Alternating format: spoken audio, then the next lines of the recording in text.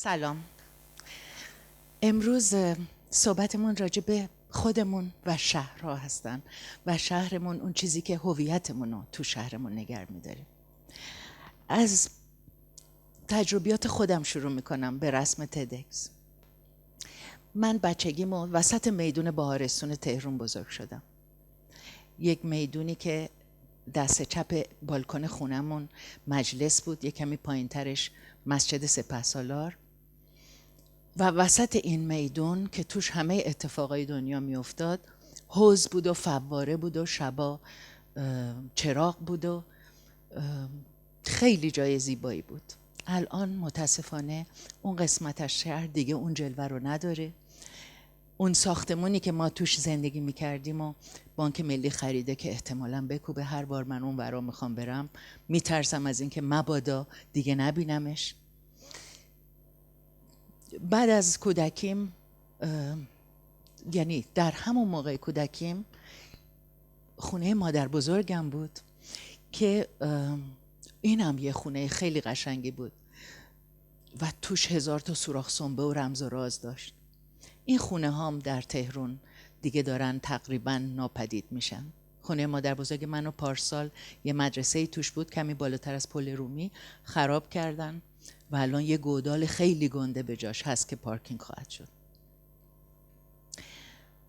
بعد ما رفتیم به بالاتر از شهر و توی در روز به صورت معجزه آسایی خونه آجوریمون تو در روز الان نصفش هنوز مونده.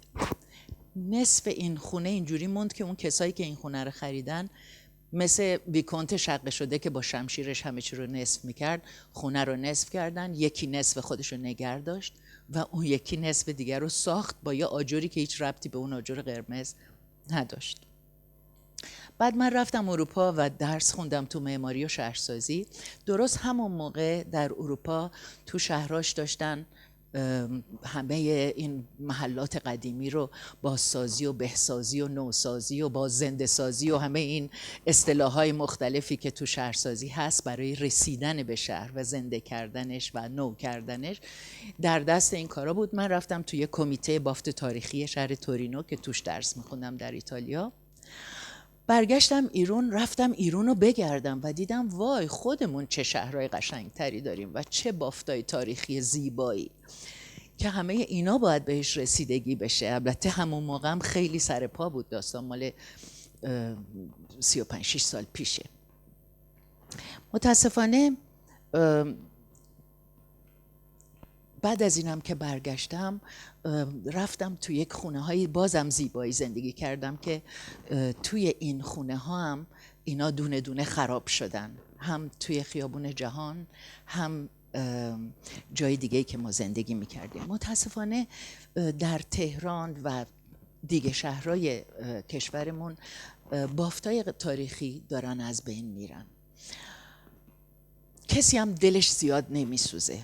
اون چه که اتفاق میفته اینه که متاسفانه به خاطر کوچه های تنگ، به خاطر اینکه نتونستن خدمات شهری و تأسیسات شهری رو به موقع به این بافتا برسونن، ساکنین اصلی این بافتا رها کردن، ترک کردن محله رو و محله الان در محلات اصولا توی بافتای تاریخی به دست کسانی افتاده که یک جوری ناگزیرن از اینکه اونجا بمونن بدون اینکه توانایی اینو داشته باشن که به بافتا برسن.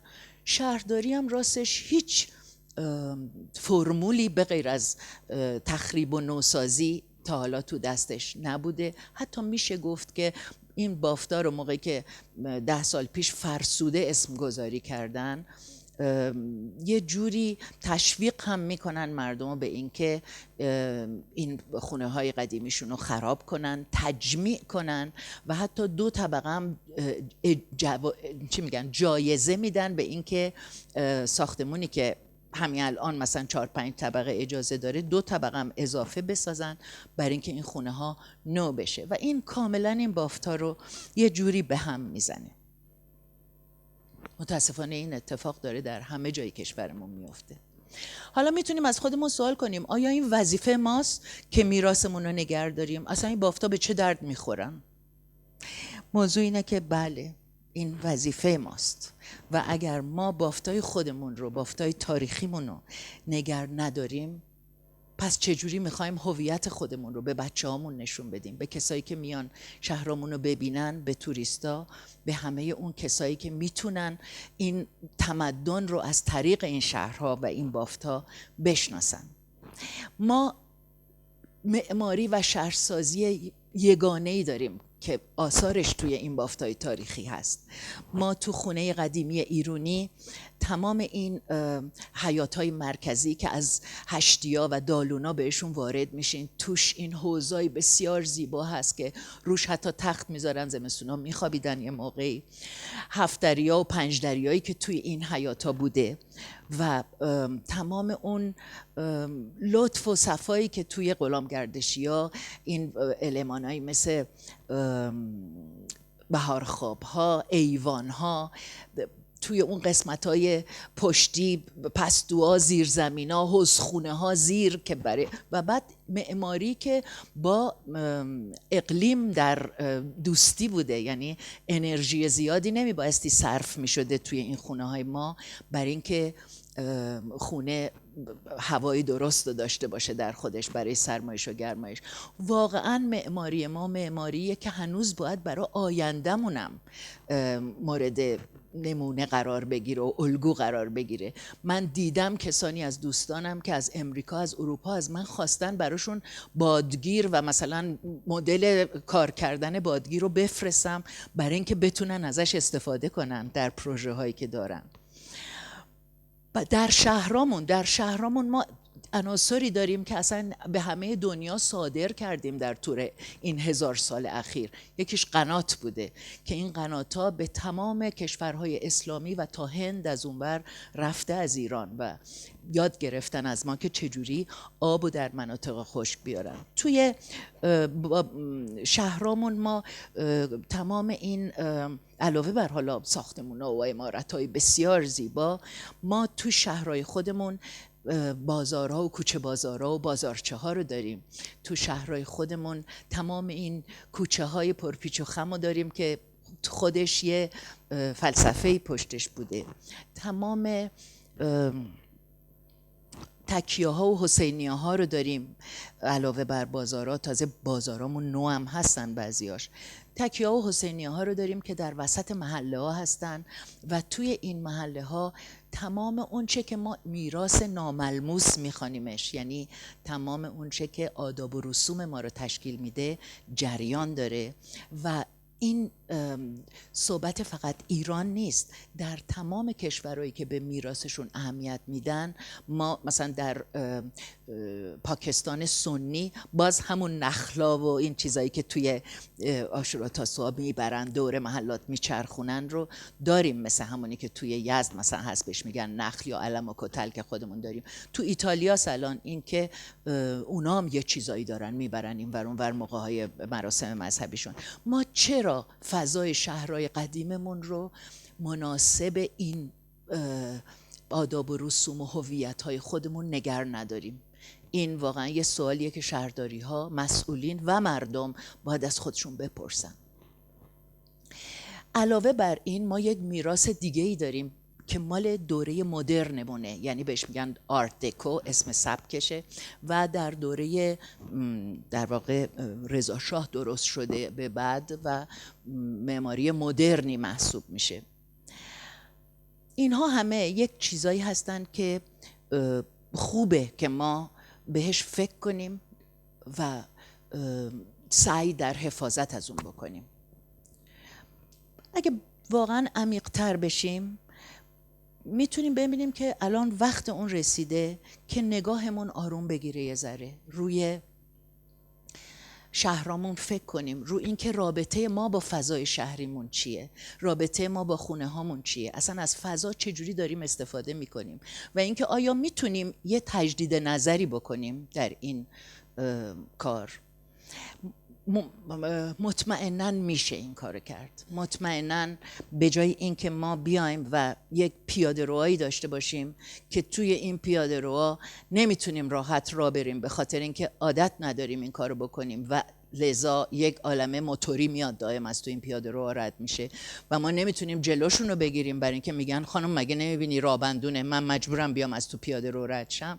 یعنی یک زندگی شهروندی درست و ناممکن. آیا درست نیست که ما در این موضوعات یه ذره فکر کنیم و ببینیم چجوری میتونیم با پیاده راه رفتن تو شهر، با تمام اون کارهایی که میتونیم برای زنده تر کردن شهرمون انجام بدیم این کارو بکنیم.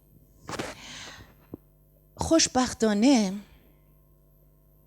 میبینیم که این نگاهی که داره آروم میگیره طلایه‌هاش پیدا شده و در افق ما نشانه هایی میبینیم از اینکه یه اتفاقایی داره میفته.